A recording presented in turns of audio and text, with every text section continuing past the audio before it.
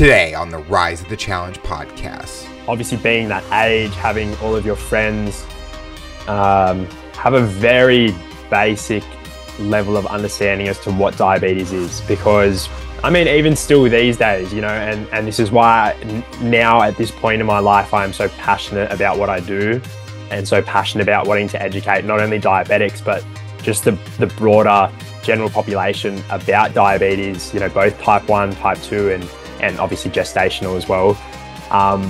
Because there is a big misconception about diabetes. You know, there is a big stereotype about the word diabetes, what it is, what it entails.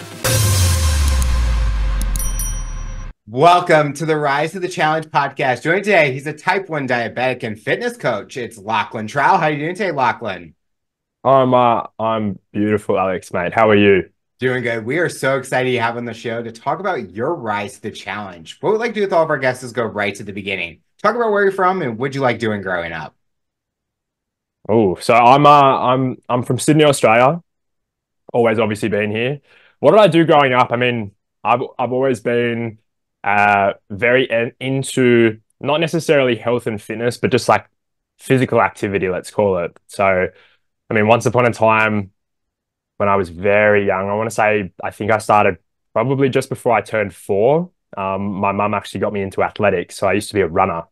Oh. That was kind of like my introduction into the exercise space. And that honestly made up the majority of my childhood, because I won't toot my own horn too much, but I think I was quite good at it. My mum would probably back me up as well, but she might have a little bit of a bias. But yeah, I honestly, most of my childhood was made up with sport, whether it was the running. I mean, I played everything. I played a little bit of soccer. I played a little bit of rugby. I played a little bit of basketball. Honestly, just trying to find what worked best for me. But yeah, that honestly, my upbringing was just very, very sport focused. And that's probably obviously paved the way to get where I am today. Obviously being a personal trainer and everything. So yeah. I feel like your mom probably did the smart thing, getting you to start running at 4 so you can just wear yourself out and be tired so that it's there's probably a little bit of strategy behind it that I didn't know about. I had never even thought about that, but you do raise a good point, Alex. You talked about different sports that you played, and running is kind of an impact in each one of those. Basketball, soccer, rugby. Was there ever a sport that kind of drew you more focused towards that you enjoyed more out of the others, as each one of them have their different unique skills that they offer? Look, funnily enough, I think I've ended up being a personal trainer and being so big on the gym, because like I've always loved sport, but my mates could back me up on this. I'm not the most coordinated person, I'm going to be honest. Like when it came to basketball, I could definitely shoot a basketball, but when it comes to the more technical side of things, whether it was soccer, whether it was basketball, whether it was rugby, the technical components definitely weren't my skills. On the fast break in basketball, awesome, as long as I could hold onto the ball. On the fast break on soccer, same thing. Anytime I'd find myself in an open space, I think basketball was probably my biggest favorite. Honestly, just because, you know, being a team sport, if you can't dribble, it's okay, because you can just kind of stand behind the arc, and if you're a capable enough shooter, then you're still going to contribute to the team winning. So I think I love that component of basketball more so than like soccer or rugby. Like rugby's obviously great as well, but you know, it's quite taxing on the body, especially when you're playing, you know, you're training a couple of times a week, you're playing on the weekend. And also whilst you're still trying to grow, I was quite a thin frame when I was younger. So I definitely didn't have the body for rugby back in the day. Is it crazy? Like you mentioned that you were thin, you kind of weren't where you are today. When did you really kind of find the passion for fitness, health and fitness and things like that? Was it at a younger age or as you're getting older? It was probably about like my mid-teens. So I just transitioned into high school, and the school that I went to, we used to have to do like compulsory sport on the weekend. So I also used to run on the weekend. So that basically somewhat led to the end of like my athletic career to some degree. I used to run at school, but I wouldn't run in the same context that I was running in, like with the club that I was at. So when I was playing sport at school, I think it was when I was playing rugby, I actually dislocated my knee in, I think it was about year 9 for the first time. So at that point, I was still obviously really skinny, and I went to the physio. I did my 3 months of rehab in order to get the knee back to a spot where it was, obviously capable of returning back to the field. And then within like 1 week of being back on the field, I dislocated it again. Oh. And when you kind of do recurrent knee dislocations or recurrent injuries in general, then obviously the stint of rehab that you need to do kind of increases. So then I had to do 6 months of rehab, and my physio's recommendation was, without saying it directly to me, hey, you're kind of skinny. You should probably consider trying to do some resistance training, because that's probably going to benefit just obviously like the health of your knee. So it was at that point, purely because of the recurrent knee dislocations, that I kind of found my way into the gym. And that was just being someone who was obviously so, you know, sport focused and had such an upbringing, focused around sport. That basically just kind of became, my happy place, more or less, because I couldn't go out on the weekend and I couldn't play sport. I couldn't go to training and train with my mates.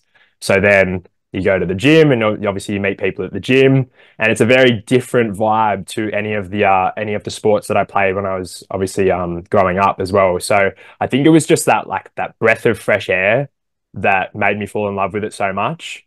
Um, and obviously when you're really skinny as well, when you do start to see the physical benefits that it has, like you go from like a twig sized arm to a branch sized arm, and you're like, okay, I kind of like this as a 14-year-old or a 15-year-old, like I could see myself continuing to do this. So that was sort of what kind of got me into the gym. That's kind of what pushed me into like the fitness space specifically.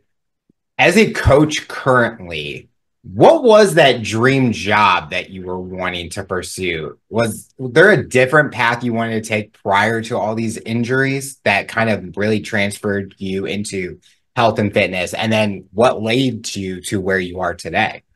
Mm. I think my dad would have loved for me to have kind of like taken over what he did, because my dad he did have his own business. It was like a project management business. Um, that was never sort of my thing. When I have a brother who's 2 years older than I am. We would go and help my dad out when we were a little bit younger, but it just wasn't the work that I could see myself doing. I'd always just envisioned, me not having to go to work and wear, a suit and a tie. It just, for some reason, it just didn't kind of ever feel like my thing. It didn't ever feel like my calling to. And I actually wanted to be a physio, purely because even when I was a runner at a young age, I was always with a physio, because I evidently am very injury prone. Funnily enough, only from like the lower half down, nothing ever on the top half. Touch wood. Yeah, you better But start knocking. yeah, yeah. But with the lower half, so I actually originally I wanted to be a physio. And in Australia, in order to kind of get from high school and go straight into physiotherapy, you obviously need to get quite a good mark kind of coming out of high school. And I like to think I'm smart, but I fell just a little bit short of the mark required for physio. So I was actually going to the way that I kind of went about it, because I had still always had that dream to become a physiotherapist, because I wanted to help people very similar to how, like, my physios helped me when I was younger and obviously growing up, just trying to keep me injury free. Um, I'm not going to blame the physios for that component. I think that's more so on on me and my genetics. But I ended up going to uni, and I did exercise and sports science. I became an accredited exercise scientist, and that was sort of like a stepping stone to then go in and do a master's of physiotherapy. Um, with the university system in Australia, though, the master's was going to cost me quite a significant amount of money, and it was only a 2-year course. So towards the end of my exercise science degree, I got approached by a company that runs like obviously personal training certificates. And they had essentially said to me, because of the course that I was completing, there was like recognized prior learning. So I wasn't going to have to complete both the certificate 3 for group training and then the certificate 4 in personal training in full. I was going to get like a lot of the components and the modules recognized just basically because of my uni course. So that got me into the personal training space. And then when I started doing PT, which was before the end of my course, I think that's when I started to fall in love with that, because the way that I look at it, and I'm sure we'll probably get onto talking about this a little bit later, I'm sure. The way that I look at health, the way that I look at like my job is I hated the idea of only being able to offer my clients like one particular component. So like the rehab component, for instance, or the manual therapy. Like I wanted to do, I just wanted to do more. And I think with the personal training job, you were able to kind of give people recommendations about nutrition, and whilst also still with my exercise scientist accreditation, still do that rehab component, still do that injury prevention component, and still obviously train athletes as well, which is what I used to like to do.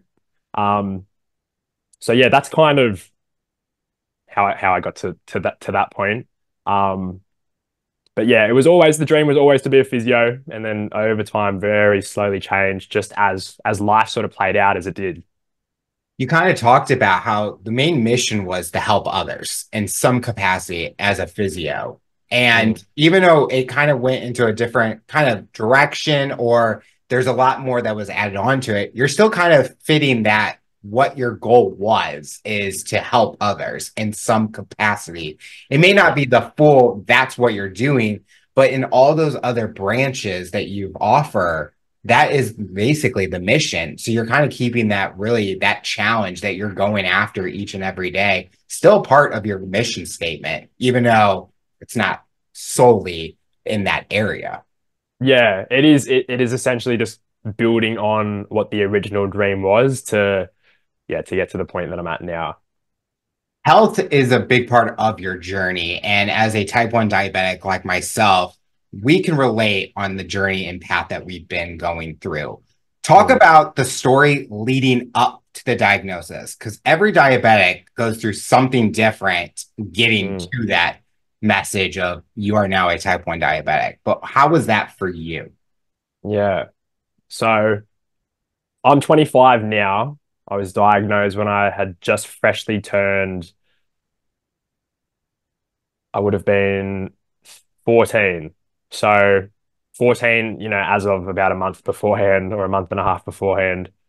So when I just started high school. I think I was just finishing year 7 or year 8 at that point. So like obviously like junior kind of high school. And I touched on the fact before that I was quite thin growing up, but in year 8 I was getting quite tall. I was still growing upwards at a rapid rate, but I wasn't kind of filling out, you know, this way. I wasn't filling out the frame. And a few little things started to kind of pop up. I was eating for a kid my size. I think I was around about, I want to say I was about 5'9" or 5'10", so I was quite tall when I was 14. I did shoot up quite quickly, but I weighed 41 kilos. So I was a very fragile frame, very fragile. I think 41 to about 43, I kind of fluctuated between. And I used to eat a lot of food, for a kid that size. If my parents would remember, I would eat anything and everything, and I would always be eating because I was always hungry. And obviously now I kind of understand why that was the case. But leading up to it, I mean, there were little things that I think, me as a 14-year-old, and obviously not having a great understanding of what diabetes was at all at that point, I thought it was just me being me. I would drink about 8 or 9 liters of water a day. I would be going to the bathroom probably every, 30 minutes to maybe I could last for about 1.5 hours tops without having to go. Um, I was tired a lot of the time. I would go out for like a little walk. I would go to training and it would feel like I've just run like an ultra marathon, like I was David Goggins or something. Um, And then obviously the being super thin as well was another component. So my actual diagnosis story, the way that that came about was quite funny because I know a lot of type 1 diabetics, obviously, a lot of people don't pick up on it, I guess, in the earlier stages. And unfortunately, for a lot of people in a lot of cases, the way that they are diagnosed is they end up getting so sick that they are, rushed to the hospital or whatnot, in, like a diabetic coma because their blood gets so acidic because of the ketones. Um, but that wasn't my case, luckily enough for me. My dad actually has type 2, and in my living situation at the time, my mum's room was right next to my room. And she had like an ensuite bathroom. So every time I had to go to the bathroom during the night, she was quite aware of the fact that I was going to the bathroom because she's a very light sleeper. And I think she kind of picked up on it a little bit because, it was quite consistent for me to be going to the bathroom about 3 to 4 times a night on average. And at one point, I think obviously the night before I got diagnosed, I think I went to the bathroom 6 times. And in the morning, my mum was like, "Hey, like, I just need you to come downstairs with me, and I just out of curiosity, like, I want you to do a finger prick test with your dad's blood tester because I want to see, what your blood sugar is." Like, she's obviously kind of been doing a little bit of reading, a little bit of research. So shout out to my mum. Good on you, mum. But we did a fasted blood test, and obviously, like, we would probably want to be somewhere between, obviously, diabetics. We do have a little bit of a larger range, but 4 to 10 millimoles per liter. I know you might use milligrams per deciliter. Yeah. Yeah. So, times 4 to 10 by 18, and you get the milligrams to deciliter equivalent. But I woke up and it was 17.1 fasted. Um, so my mum kind of shocked, looked at that. I had no idea. And she was like, do another test. Okay. So did another test, 17.4. Um, and I was on school holidays at the time. So my mum, she was at work. She had to go to work and she was like, okay, hey, just go and enjoy yourself. Like, we're going to check that again this afternoon when I come home. Um, and like, depending on what that kind of is, we might have to go to the doctor. So surely enough, me not really knowing what was going to come from that, I go out with my mates and I'm enjoying every sugary thing that you could think of under the sun. I'm having Slurpees, I'm having ice blocks, I'm having ice creams because she kind of was touching on like the whole sugar component. So I was like, let's go for it. Why, why Oh not? my God. And ended up like, the day was fine. I was at the beach. It's quite active. So that was probably slightly beneficial, trying to shuttle a little bit of the sugar around my body. And then came home in the afternoon. My mum came home from work and we tested again. And I'm not exactly sure on the point decimal it was, but it was around about 24 millimoles per liter. So, we're talking over three times the higher end of the non-diabetic um, blood sugar range. So then that was kind of it for my mum, where she was like, okay, we need to go down the road. We need to go to the general practitioner. We need to kind of see what's kind of going on. So by the time we get down to the GP, we test again and it's 27.3 at that point. And it's just going up and up and up. And the GP goes, "Have you got diabetes?" And I sit there as innocent, clueless 14-year-old, and I'm like, I don't know. You... So then off to the hospital we go to the hospital, and basically they tested it there again. They didn't tell me what it was at that point, but they basically confirmed it there that they thought that I had type 1. So then from there, insulin needle straight in the leg to obviously try to bring the insulin down, and they're doing the ketone tests and like the finger prick test like every kind of half an hour just to make sure that everything's kind of going all right. And funnily enough, that was actually 2 days before Christmas as well. So that was my Christmas Oh, present as a wow. 14-year-old. Oh, that is, I mean, for people who aren't diabetics, I mean, if people in the States, that's like I had a blood sugar of 900 and I'm supposed to be at, well, my range is 70 to 180. Yeah.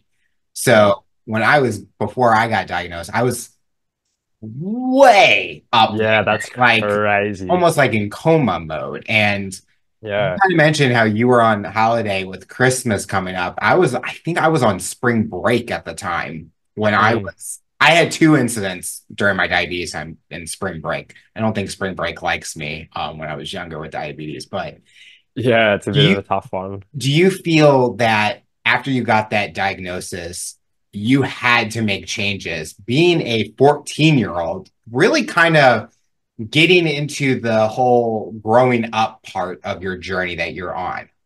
Mm. Yeah, I mean, this is a common question that, other diabetics in the space have asked me before, because I think, like, as you'd know, it is quite common for a lot of type 1 diabetics to get diagnosed at like a little bit of a younger age. Yep. So it does just become a lot of what they know by the time they get to an age where they are obviously like a little bit more conscious of life and what's kind of going on. It just kind of becomes a way of life for them. So obviously, kind of being at that point as a 14-year-old, where you have obviously sort of learned, or you're beginning to learn, little things like the foods that you enjoy eating, and obviously like the lifestyle that you somewhat like to live. It was definitely a little bit of an adjustment period. Obviously, like I said as well, my dad had type 2 at the time. And I would argue as well that my diagnosis was not only obviously beneficial for, I guess, our family in general from like a health conscious standpoint, but then definitely for him too, because I think it's one of those things where it's like, life is obviously very, sporadic, and you can't you can't really assume that any of this stuff's going to happen. Yep. Unfortunately, the way that life is some things just happen the way that they do. And yeah, being in the hospital, I remember on Christmas Eve, kind of waking up because I'm going to mention this. If my mum ever listens to this podcast, she'll probably hate me for bringing this up. But my mum was obviously very upset, and I remember being at the hospital, and like I was so tired that I wasn't fussed if my mum stayed at the hospital with me or not. So I was kind of insisting on her to go home and to get a good night's sleep rather than having to sleep, because they didn't have any spare beds. Like, she was going to sleep in a hospital chair next to me, and I love my mum, so I'm like, go home, like, don't worry about me, get a good night's sleep, and then just come back and see me in the morning. Um, and I have made a joke about that to her before, and obviously it's a little bit of a sensitive spot. I understand, because it does sometimes. It's like someone's cutting a few onions every time I bring that story up. Oh, Like I said, she'll probably hate me for mentioning that. But so I woke up on Christmas Eve, and then obviously like my whole family's there, so my mum, my dad, and my brother. And it's probably the first time I've seen my dad even upset, to be honest. My dad's like it's just a very, man. He's not someone that generally shows a lot of emotion. So obviously it rocked him quite a bit. It obviously rocked my mum quite a bit. Obviously at the time it rocked me quite a bit as well. And then yeah, just trying to pivot from that point. Obviously having quite a good support system is so important. Having my mum there, and she took on a lot of the responsibility in regards to like the foods that we were eating and the carb counting, because that was obviously so new to me. I had never even given any thought to the food that I was really eating. As a 14-year-old, you think that lollies are good nutrition. You wouldn't, I wouldn't, I wouldn't, I wouldn't really know too much else. So all of a sudden, we're eating, like a few more like whole foods, and we're obviously changing up the structure of our meals, and we're weighing out all our like not all of us, but obviously specifically me, weighing out the carbohydrates. Because at the time I was counting in exchanges as well. So like 15 grams equals one exchange. That's kind of how they taught me, because that was going to be a little bit of an easier system to develop at that time, because their main goal in the hospital was to get me out so that I can enjoy Christmas. Enjoy. yeah. So, in the hospital, and they're obviously teaching me how to do the insulin injections, and they're teaching my parents how to do the insulin injections just in case they ever need to do them, or if, I want them to do them. I was never scared of needles, so that component of it was fine. And obviously the insulin needle, when I used to do injections, is like, it's like 4 millimeters, so it is tiny anyways. Some people would still freak out, but for me it was nothing. Um, but I think, that whole year after, obviously being in like summer holidays, so like, yes, spring break for us as well, then kind of reintegrating myself into my group of mates now with this new diabetes diagnosis. Obviously all my mates having such a lack of an understanding as to what diabetes is and what it kind of entails as well. That part was difficult. So a lot of that first few months was honestly just was isolation to a degree, just purely because I think the whole idea of even, like going out and not socializing, but having to bring the insulin and bring the needles, that part kind of scared me to a degree, just because it is, it's quite wolf. You see someone pull a needle out in public, or pull out any of that stuff, and it's like, what's kind of going on there? Yeah. And I was definitely a little bit more of a self-conscious kid as well around about that point, even prior to the diagnosis. So like for a kid like me at that point in time, uh, like it was very hard, and it was a big hit to my confidence, which at that time was probably very slowly on the increase. And then it's kind of like you're back at square one.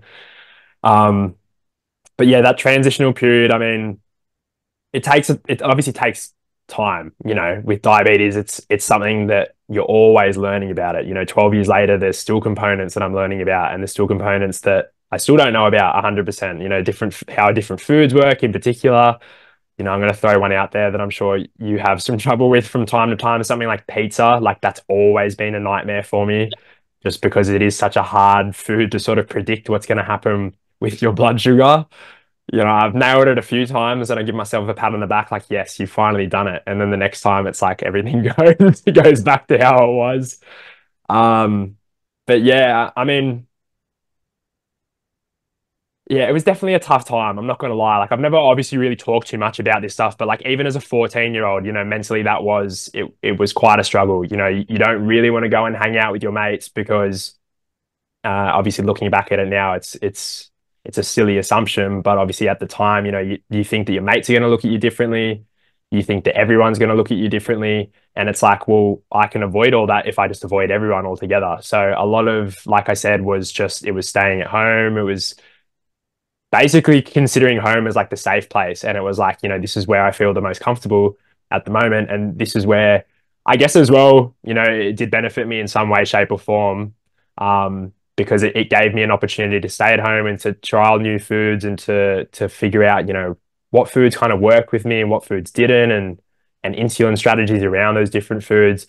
So then when I did go out, probably just towards the end of spring break, um, and then obviously kind of like coming into like autumn time here in Australia as well, I was a little bit more confident, and I guess with the whole thing, but I was still very awkward and shy about wanting to tell people about it. And, I would go away to test my blood sugar. I would go away to do the insulin injections. Yeah, definitely a bit of a weird time. Well, you brought up the isolation, even from my experience, going on 17 years with it. I had such a hard time with going from high school. Okay, now I'm going to college, and I got introduced, oh, I'm a diabetic, to a whole group of new people that now are becoming my friends. And I felt judgment was going to come. Like, people are going to judge me because of a condition that I didn't choose to have. Like, I don't think Mm, I would. Now, looking back on it, I would say it's been one of the biggest learning things that has helped me get to who I am today. So I'm thankful for it, but I wouldn't yeah, want it to happen to anyone. But I always thought 100%. judgment was always the biggest struggle I took from it, Mm, because I remember I went to a baseball game, and so you're in the crowd. I'm just pulling out my huge like drawstring bag with all my diabetic stuff in it. supplies. Yeah. I'm just cranking the insulin, and I see all these eyes looking at me. And I'm like, okay, like, to me that was the first time I'm like, this is going to be my life now, and Mm, people are going to look at you because they're not used to being around it. They're not in a household with someone with diabetes, so they can't understand or relate. And you just have to live your life. Like, if someone looked at us, they wouldn't know. They would have no clue that no, because it's no, just, definitely not. we don't have a sign that says I'm a diabetic. And now if we're Mm, wearing a shirt that says it, that's a different story. But yeah. it just shows that we're all human and all individuals. Some of us are going through a condition and some of us aren't, but Mm, we're still normal people living our lives. yeah. 100%. I think. that was a big thing for me too. Like obviously the whole educational component coming out of the hospital was really learning about what diabetes was, what it entailed, and what my life was going to sort of look like as well. And then the big thing for me was like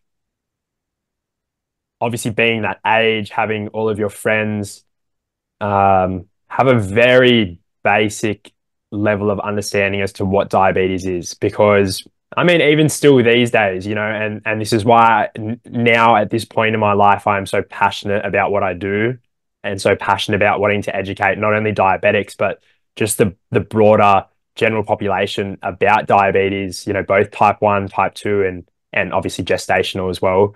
Um, because there is a big misconception about diabetes. There is a big stereotype about the word diabetes, what it is, what it entails.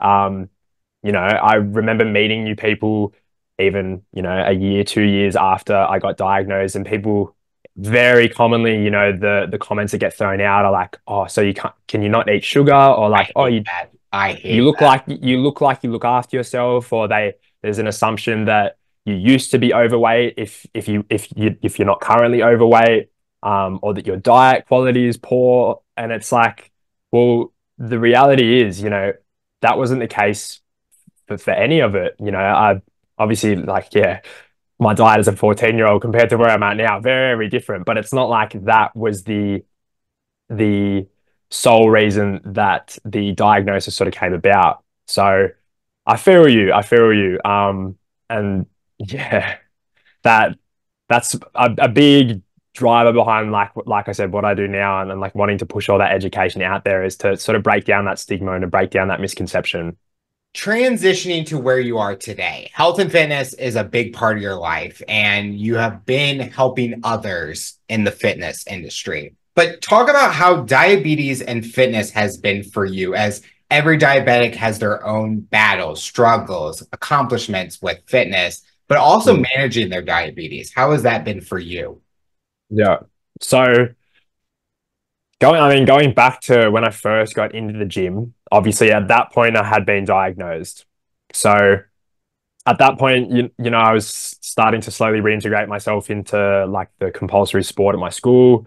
And I guess, that component of physical activity that in itself was a little bit of a learning curve, because you go and you play a game of basketball, you play a game of rugby, and in the middle of the game, you start to go low, and all of a sudden you basically, I wasn't drinking, everyone's drinking water on the sideline.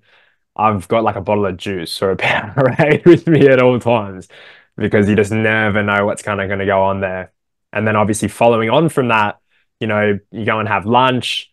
And now obviously my understanding is great enough to know that like you're going to be quite insulin sensitive, regardless of whether you're in the gym, whether you're on the soccer field, or whether you're going for a swim, whatever kind of physical activity you're kind of doing. So then, not having, I guess, a strategy at that point as well from my diabetic educators in regards to post sport, and just kind of going about my insulin strategy exactly the same way as I would normally. So not only am I going low when I'm playing, but then after I'm consuming food and I'm going low as well. And I think I was pretty switched on. So it didn't take me too long to pick up on the fact that I'm like, okay, whatever I'm doing with this like exercise is it's always making me go low for some reason. So how can I begin to try to combat that?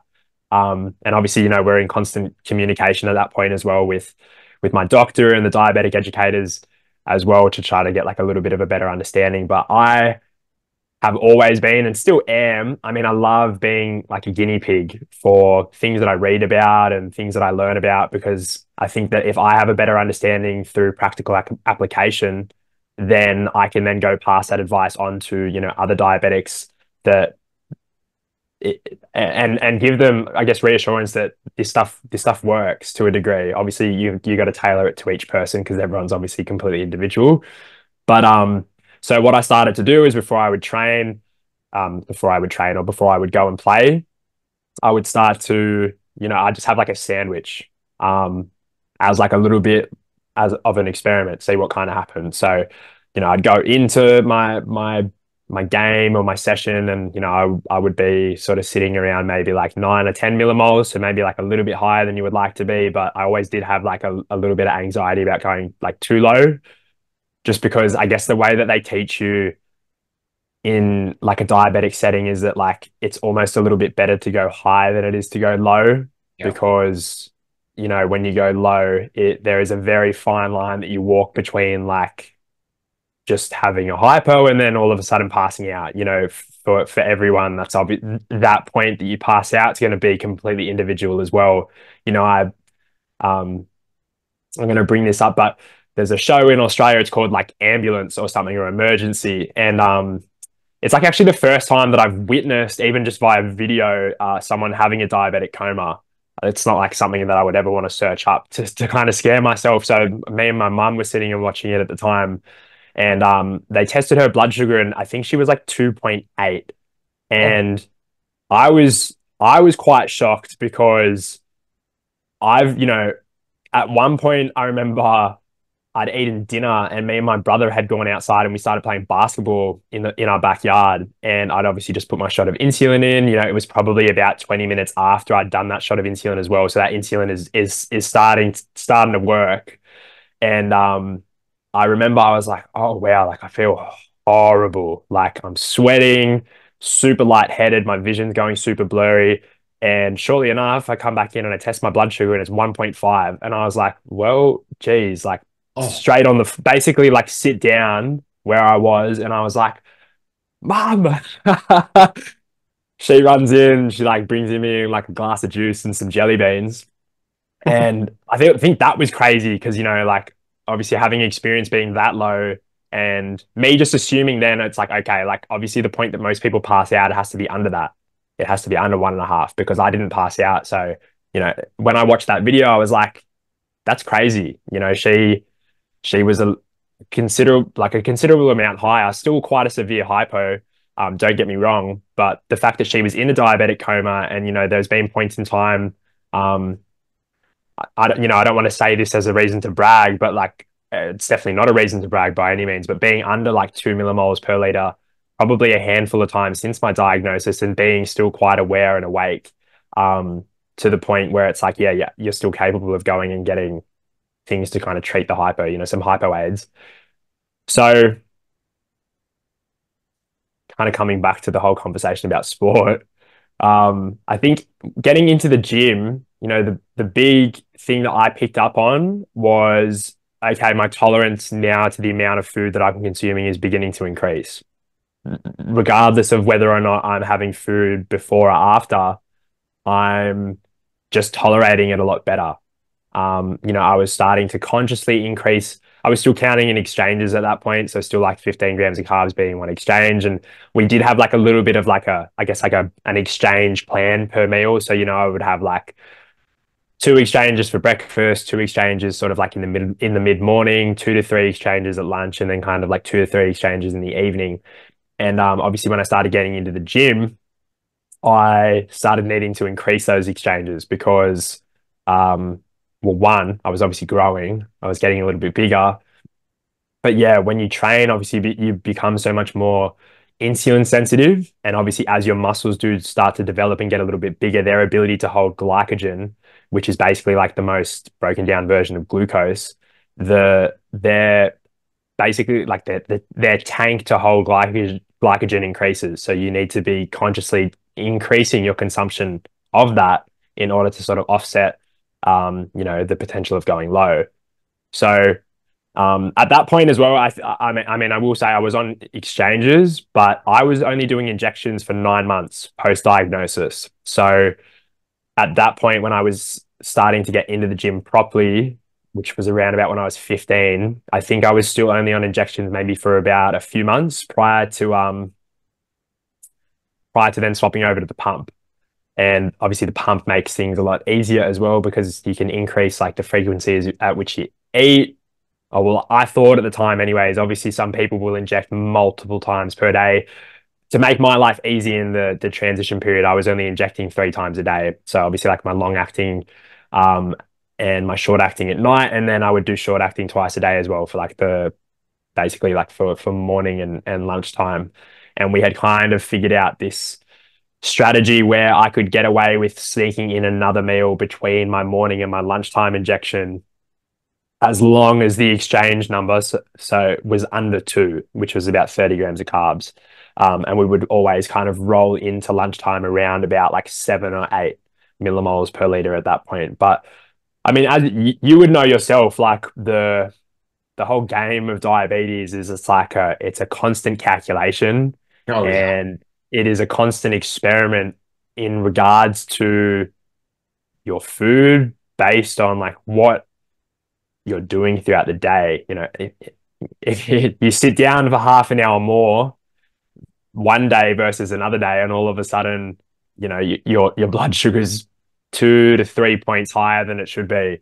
And then the next day, you know, you go back and you exercise 30 minutes more because you're trying to fill that gap, but maybe you didn't sleep great, and then your blood sugar's still high. And it's like you're trying to pick all of these pieces and put them all together, and you're like, what's kind of going on here? So especially as a 15-year-old, even having the diabetic educators, even having like such a supportive mum that was, you know, basically making all of my meals for me, telling me the exact amount of exchanges, there was still such uh, a big learning period there, because it's like, okay, it doesn't really matter so much about the food. There's just all of these other components that are kind of playing a little bit of a part here. There's the exercise, there's the sleep, there's the type of food that I'm eating, there's the quality of the food that I'm eating. And it's like almost taking mental notes of all of these little things and topping that into the gym as well. It's like it's almost like quite overwhelming. Um, so I think like when I got into the gym, I'm not gonna lie, my blood sugar was quite sporadic. Not too never going too high, but going low a lot more frequently than you know, like your endocrinologist would like you to, or your diabetic educators would like you to. And that's just I'm gonna put down to, you know, amateur error. Let's call it. I always say anytime I'm successful and figuring out the pattern, my body's like, nah, we're gonna screw him over and mess with him. It's like you're playing a video game and you think this game manual is gonna tell you exactly how to beat the level. But Yeah. what it does is, no, you have to take 20 different paths to finally get to that spot. But oh no, it doesn't end there. And I'm thinking, there is no way that I can ever figure this out, because once I figure it out, it's like I do something and I don't realize I do something, and it's like, oh nope, we're gonna go down. And exercise for me, I was always told you should be at a certain level, like where my blood sugar is. I get it to that level, and nope, it's like let's just go straight back down. And it's like, Mm. come on, like, can I get a 45-minute workout perfectly fine and Yeah, I without the need for jelly without any beans or anything. problems? Because I never had that thought where it got so low that I'm squatting like so much and it's like your body just gives out because of that low blood sugar, and then you just crash to the ground. And I think it's Yeah. always the worry I have with diabetes in that case, because I work out from home.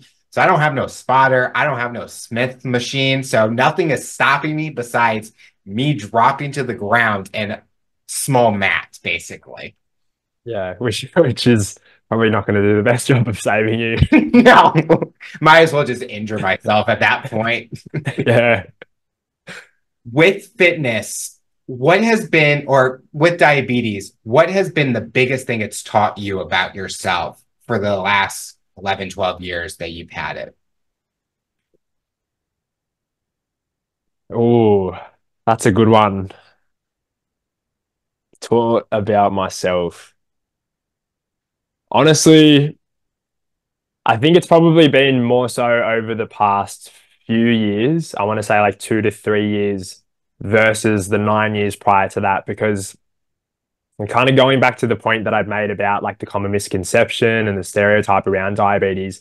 Honestly, up until around about 2021, maybe even still a little bit after, a lot of people at that point knew that I had it, and I would, you know, I would always tell people that I have it, but I still wouldn't consciously put out like content and everything like I do now. because there still was honestly like a degree of not like embarrassment, but just I still want to say like I was a little bit self-conscious, honestly, because with my fitness background as well, they got to a point where, I sort of pursued bodybuilding for a little bit. I was really big on that. And even though like the sound of like a type 1 diabetic bodybuilder is kind of cool, at the time it's like I don't want to be that person that is the way that I looked at it, like almost like a little bit of an attention grabber, which was a little bit of a weird mindset that I was in for a long period of time.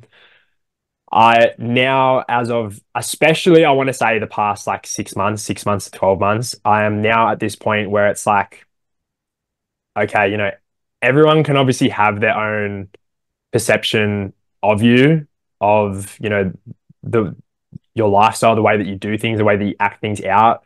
But at the end of the day, like as long as you're happy, as long as you're healthy, like who really cares what anyone else thinks? I for a fact know that, formerly when I was kind of getting to my late teens, kind of like early 20s, there was a period of time there where a lot of my actions were based off of the people that I was around.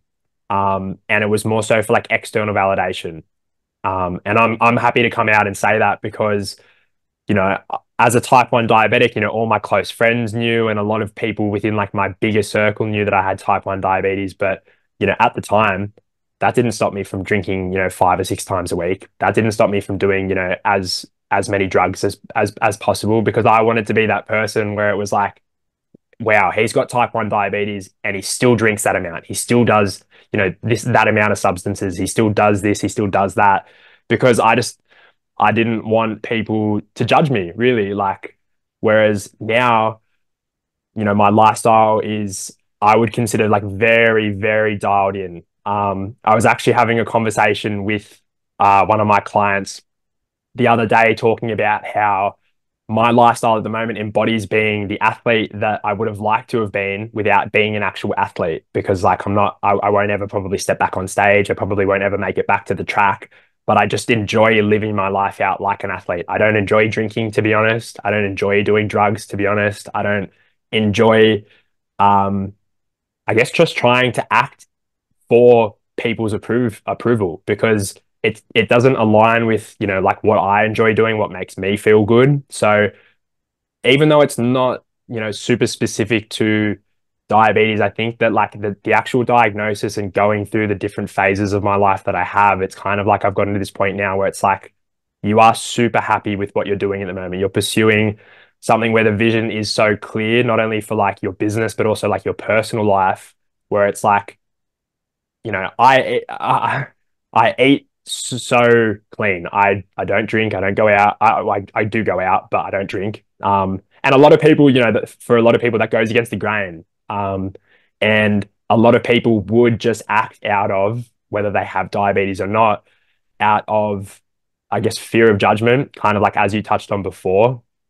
And these days it's like, man, who cares? Who honestly, who gives a shit about what anyone does? Because at the end of the day, they have never lived a day in my shoes.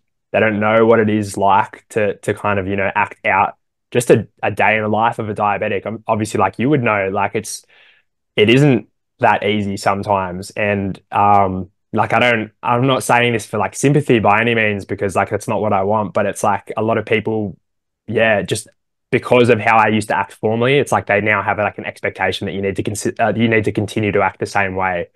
And it's like, nah, it's just not me anymore. I've changed. And I think that it's like, yeah, just having a lot more self-respect. And it has, I guess, very slowly over time led to, the self-development that's occurred for me probably over this last calendar year. When you mentioned with showing your journey that you've been on through content, I remember posting a photo of me wearing my pump on me, shirtless Mm, at a beach. I think I was at a beach, but I would never have done that a couple years ago. I would not have had that confidence to be showcasing I have all these devices on me, CGM mm, monitors, pump. But the last year of my fitness journey, I've been proud to post photos like that because I want to try to influence or inspire other diabetics to don't be ashamed of having all these devices. Yeah, they keep us alive, but there's people out there that can relate to you. We're here as a community, and you should be proud that you are a diabetic because people are not going to understand the skill set that we gain from having diabetes and the things that we learn about ourselves, about resilience, kind of taking ownership, taking action. So, what you were mentioning about how it's been a personal growth for you, that it's amazing because a lot of us diabetics don't get that off the bat. It takes us years to kind of finally get there. And Yeah, get to that point. I'm 20, I've almost made myself a lot older, 28, and I am still going through that personal growth journey. And I am proud every single day to Mm. wake up and still go out there and show I'm just a guy living his life. And yeah, I got all these devices. There's going to probably be one more device that's going to come out, and it's like, oh, let's have three devices on me at this. Yeah, I'm just waiting for that moment to come out. But just walking around like Ben 10 or something. basically be like a robot at this point. Yeah. But what has been the biggest thing you've heard from people who have watched your content and have reached out to you? Like, is there a moment that someone said something that you are proud to be that person that is sharing and being vulnerable on Mm. social media? I want to say like one distinct conversation that I remember, and it wasn't really that long ago. It was probably about a month and a half ago, and it was in person. But this lady was a mother of a diabetic daughter, and she like ended up following me, the daughter, and also the mother, and they obviously kept up with my content. But it was even just like me, as I'm wearing at the moment, the CGM, Yeah. and up until a point probably still like over only 18 or 24 months ago, I was quite embarrassed to wear that thing. And if I did wear it, I wear my insulin pump on my bum cheek. I find it's always just a little bit more comfortable, to be honest, just because I don't hold a lot of body fat. So sometimes it can feel like it just sits in my belly, and it's like I'm quite conscious of the fact that it's there. Otherwise, I would happily wear it there these days. But there was a point where I was like, I was embarrassed. And that kind of even goes back to, like I said, my late teens and my early 20s, where I wouldn't even take my blood tester out with me when I went on a night out. I would just kind of go out and I would just hope for the best, to be honest. Very little strategy in regards to what I was doing. And I was having this conversation with this mother, and she was telling me about her daughter, and her daughter reminded me so much of myself as a 19-year-old because she was doing exactly the same thing. And she was saying that she would go on camping trips and she wouldn't take any like hypo aids with her. She'd forget her blood tester. She wouldn't do, insulin injections when she was meant to be doing insulin injections. She didn't want to wear the insulin pump because she didn't want people to judge her. And then, like fast forward a month, and I had this mum reply to some of the content that I put out, and she obviously put her daughter onto me as well. And her daughter is now considering getting the pump, and I think she's in the process of getting it. And it's like, well, it's just great to hear that, someone, I guess, that was in a very similar situation to kind of what I used to be, has now, I guess, seen what I'm doing, seen, I guess, the benefit that some of the stuff that I am doing has on my, not only my broader health, but obviously as well my diabetes management more specifically, and is like now taking her own necessary steps to improve her diabetes management. I think that is what makes me feel really good, because as a 14-year-old, when I was diagnosed, there wasn't anyone that I knew of specifically that was kind of like that person to sort of look up to. That person that was so confident and outgoing with their diabetes that it was like, hey, I'm a type 1 diabetic, and, fuck, we are so unique, where it's like, just, think what you want. I'm going to walk around with every gadget on me and look like the Terminator, and I'm just not going to give a shit what you think. But the general conversations that I've been having a lot in my DMs recently, like based off the content, is, I guess little more specific components, especially around like psychology to do with food. I think that was a big thing for me as well when I was a little bit younger. Viewing foods through the lens of being like good or bad. versus now having I guess like a renewed perception on those foods and viewing them more so through the lens of being either harder to predict blood sugar response or easier to predict blood sugar response, because operating from that perspective, it then ensures that you don't need to avoid any one particular food at all. So Mhm. little things like that, I find that they get through a lot better than obviously, but people always appreciate like I'm taking my blood sugar before I train is currently 6.8 millimoles per liter. In order to ensure that I avoid going hypo, I'm going to have 15 to 20 grams of carbohydrates before I go to the gym. Like people obviously love that stuff because it's very actionable. And then they can obviously relate. And I'll always try to like provide a little bit more specific stuff. If I was over 10, I probably wouldn't do this. Maybe I would go 0 to 10, or I wouldn't need any carbohydrates at all, because then at least, they have the actionable tool that they can take away and they can apply it straight away. But a lot of that other stuff, the psychology behind it, it's like, that is really beneficial because then they can kind of sit with it. A lot of people can relate to that as well. The conversations that I have in my DMs where it's like, I never used to eat pizza. I never used to eat pasta. I never used to eat ice cream. And it's just purely out of fear that my blood sugar is going to go high. And it's now like, yeah, operating from this perspective where it's like life itself, but specifically diabetes is all about trade-offs. A food like pizza, whilst it is going to be a little bit harder to predict the blood sugar response, there is definitely no valid reason that you should ever avoid eating pizza. If you want to eat the pizza, but understand that there is a potential trade-off there with your ability to manage your blood sugar. And I think trying to teach and educate diabetic clients, diabetic followers, that is a much healthier way to operate from. That in itself is quite rewarding because this is only stuff that I have, figured out myself over the past few years. And seeing that have such a positive benefit on other people's, psychological state around food that in itself is massively rewarding. More so than just like the little tips, like put some apple cider vinegar in your water before you have a high carbohydrate containing meal, or like the post meal walks and all that stuff. That to me is obviously quite simple. That to a lot of people is becoming a lot more, not common sense, but it is becoming a lot more mainstream. But yeah, focusing more on like the psychological component of diabetes, especially around food. That's been the big thing for me. And then yeah, I mean, every conversation is different too. Obviously everyone has their own struggles and everything. So it really depends on the conversation I'm having, Alex. I'm not going to lie. Some people obviously are so appreciative of even just looking at the way that I eat, because then they get like a little bit of a better understanding as to, hey, what foods does someone who is, generally above 90% time in range consuming on a regular basis? Does that mean you need to eat like me? No, definitely not, but it does, I guess, give people like a good indicator that like, hey, maybe always eating foods like you weren't a diabetic is a reason that you're having a bit of trouble controlling your blood glucose. So yeah.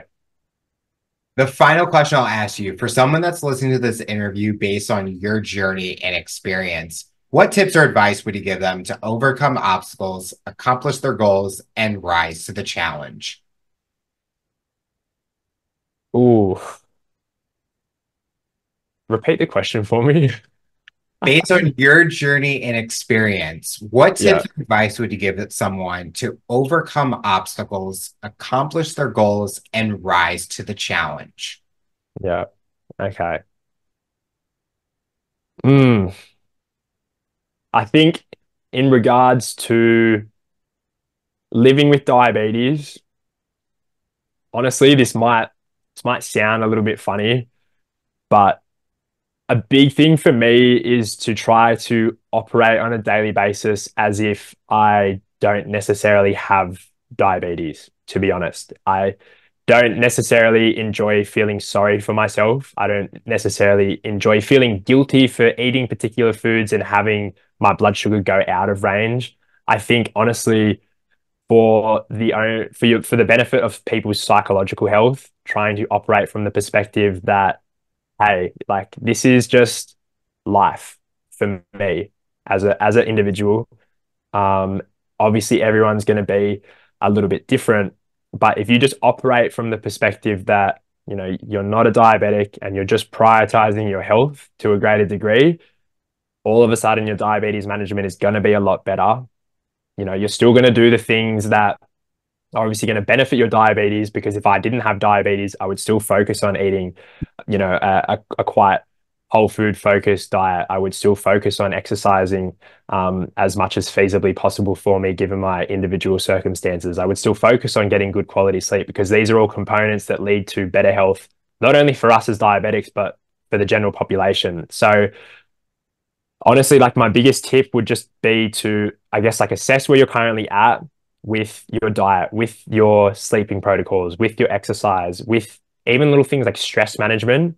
Look at where you can improve. And even if you're just making 1% improvements, if it's on a daily basis, if it's on a weekly basis, little habits obviously compound and add up and improve your health over time.